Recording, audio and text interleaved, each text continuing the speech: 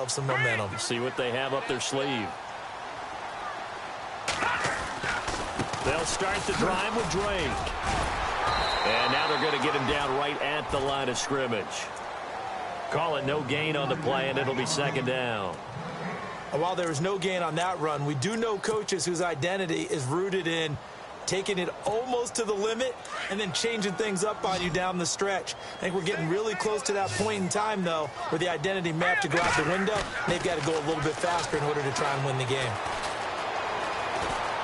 Steps away to his left.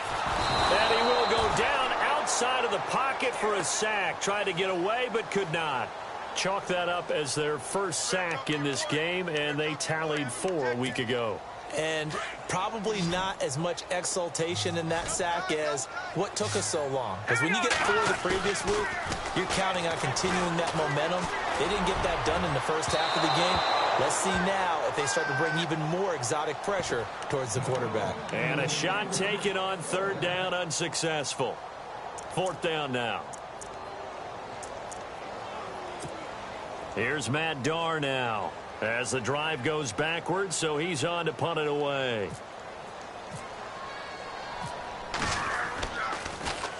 And the win last week punted 4 times as this one's away.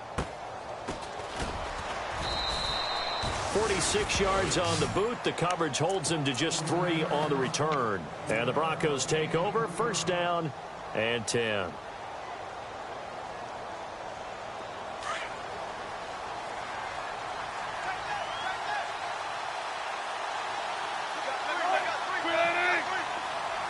In motion, the tight end.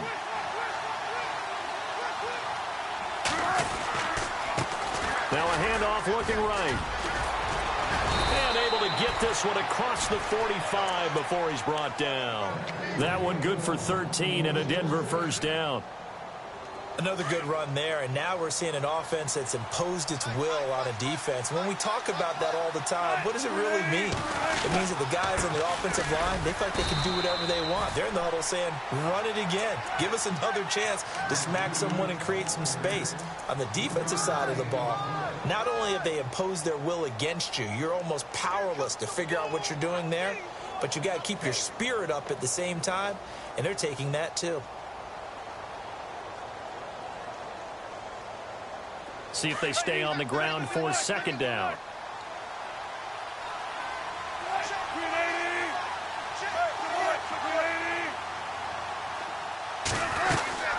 They'll run it now out of the gun.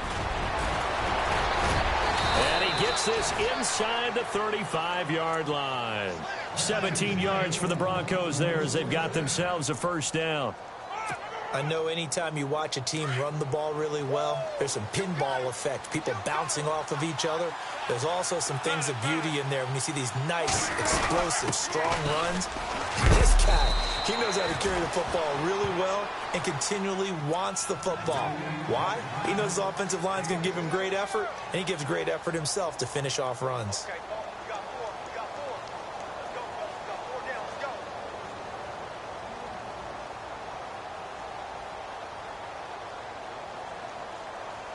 And after the play on the ground, that brings up second down here.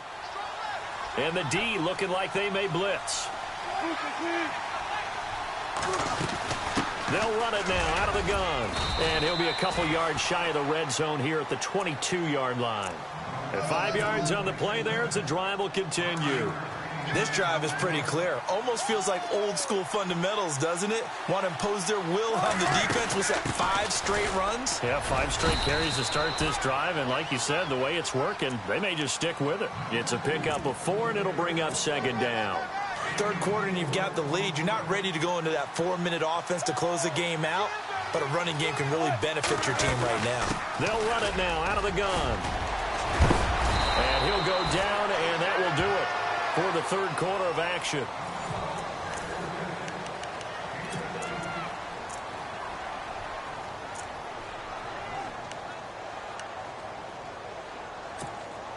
And the offense in a great spot. It's first and goal from the 3.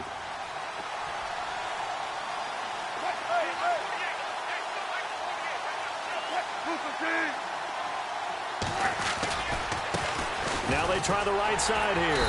And he's going to get this back to the 3-yard line and no further.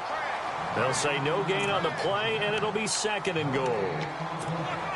And in this situation with the lead 4th quarter, they're liking keeping the ball on the ground, I'm sure. That's just smart football, but you know the defense has to know it as well. They've got to stop them here. So now we're going to see that loading the box in a big way.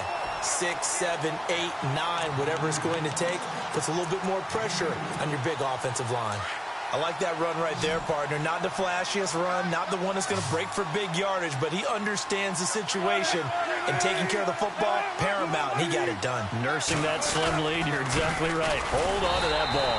And not going to be able to push this forward. He runs into a wall right at the line of scrimmage. No gain on the play, and what to do now on 4th and goal.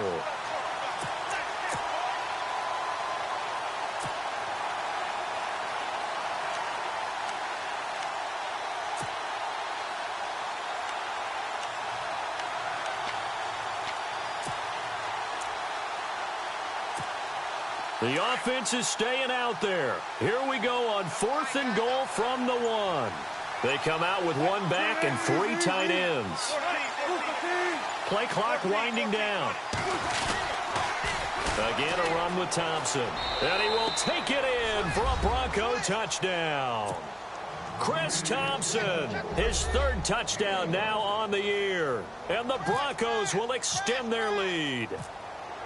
So they went for it from the 1 on 4th and goal, and they got it done. Is this the new NFL? This is the new NFL. This is the updated NFL, and I like it. I know that quarterbacks across the league have spent the entire offseason and even during the season lobbying their coaches to go for it more on 4th down. Let's go get it, because nowadays you've got to score points to win games in the NFL. You can't just rely on your defense to hold them. I think the quarterbacks want to eliminate field goals inside of 30 yards probably. Well, listen, they have enough confidence in themselves that they can call plays and make plays that they won't need those field goals inside the 30.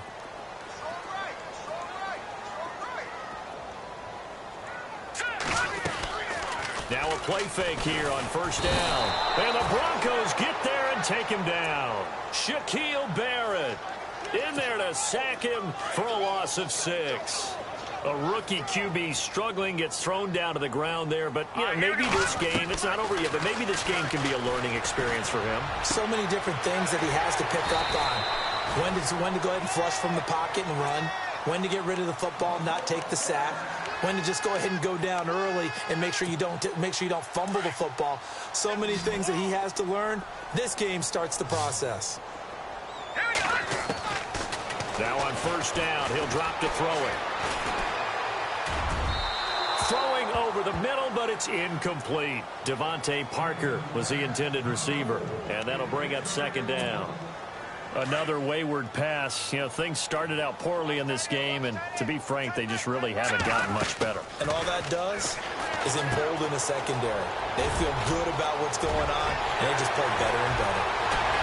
And he is out of bounds inside the 30. That goes for a gain of 31.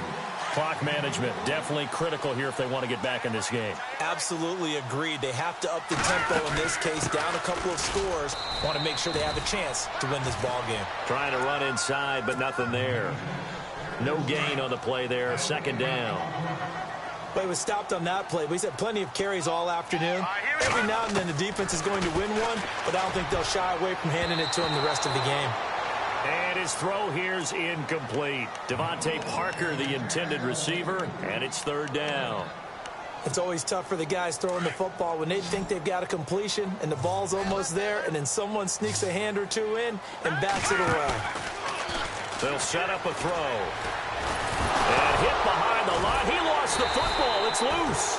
On plays like this where the ball comes free, it's often unusual for the team that lost it to get it back, because this is the quarterback. The ball gets away from him. Everyone else is trying to execute what they're supposed to do on offense. They're usually looking in the other direction, downfield, or have moved away from him. In this case, though, a teammate is able to come up with the ball. They'll drop to throw. And he's going to be intercepted a 3rd time. Picked off inside the 5. And he'll be brought down at his own 10-yard line. Well, this Defensive pressure has been constant all game long. The pass rush, the coverage, they've all been excellent, and now they'll tack on an interception here as this one continues to slip just further and further out of hand. Now a handoff here to his running back, and he'll take this one only up to about his 13-yard line. 3 yards on the pickup there, and it'll be second down.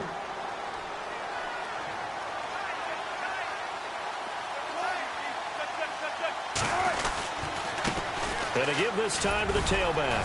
And he'll be taken down after a short gain as that takes us to the 2-minute warning. Time for a break. Back to finish it off on EA Sports after this. The Broncos on third down. Just 1 for 3 thus far. This is 3rd and 4. From the shotgun, Wilson. Over the middle, he finds Henderson, complete.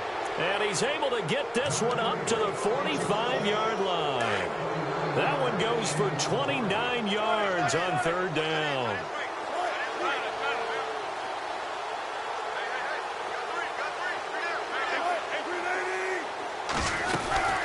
They'll run it now out of the gun. And he'll fight his way forward to about the 48-yard line. Give him 3 on 1st down. It'll set up a 2nd and 7. So where'd all that running room that he had in the first half go? Because it looks like it's drying up a little bit here. Someone made some adjustments, it appears, at least on this drive. And some space here. Finding room inside the 40. And a cutback, right sideline. And all the way home for a Broncos score. A big play there with his 3rd touchdown so far, number 13 now on the year. And the Broncos will add on to their lead. He missed one earlier, remember, but this time he gets it to go.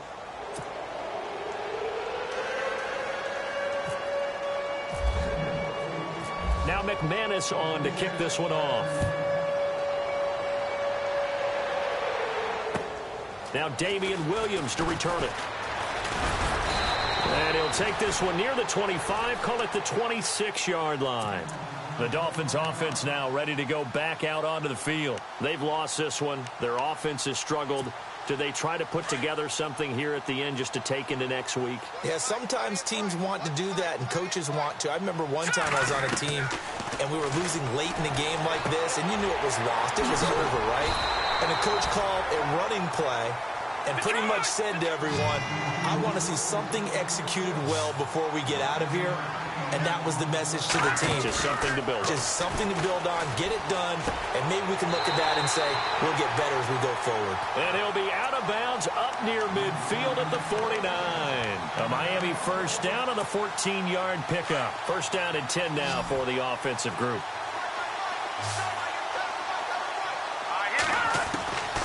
He'll look to throw. And over the middle, this is Parker. And he's brought down. Same result as last play, 14 yards and another 1st down. Now you've got to hustle your guys to the line and get them set. They go play action here on 1st down. He's going to let it fly. And his pass is intercepted for the 4th time today. Picked off by Justin Simmons. Oh, he's got some breathing room. And he takes this one back into the end zone. And the Bronco defense has a touchdown. Now remember, this is the #1 defense in the National Football League. There's a good example of why. Shows that they set an aggressive tone, not just stopping the run, not just getting after the quarterback, but the ball's in the air. They treat it like they're the receivers, and they went after that one and took it all the way. So they'll get another shot on offense following that pick 6, and now the kick is away. This is fielded at the goal line. And his guys are going to start their drive right at the 20-yard line. Then the Dolphins getting set to go here. They are just obviously getting shellacked here in this one, Charles. What's the message if you're a coach for this final drive in a lopsided game like this? For a lot of coaches, be honest. Don't forget today. Don't forget what has happened out here. Yeah, use that as ammo going forward. Exactly. Take a great look at that scoreboard. Realize how poorly everything went for us today. Coaching, playing, the whole deal. and never forget it, because you're not going to want that feeling again. No, you don't want that feeling again, and who knows? You may meet up with this team again. That's going to be knocked away and incomplete. He was looking to get it to Jarvis Landry that time, and that'll bring up second down.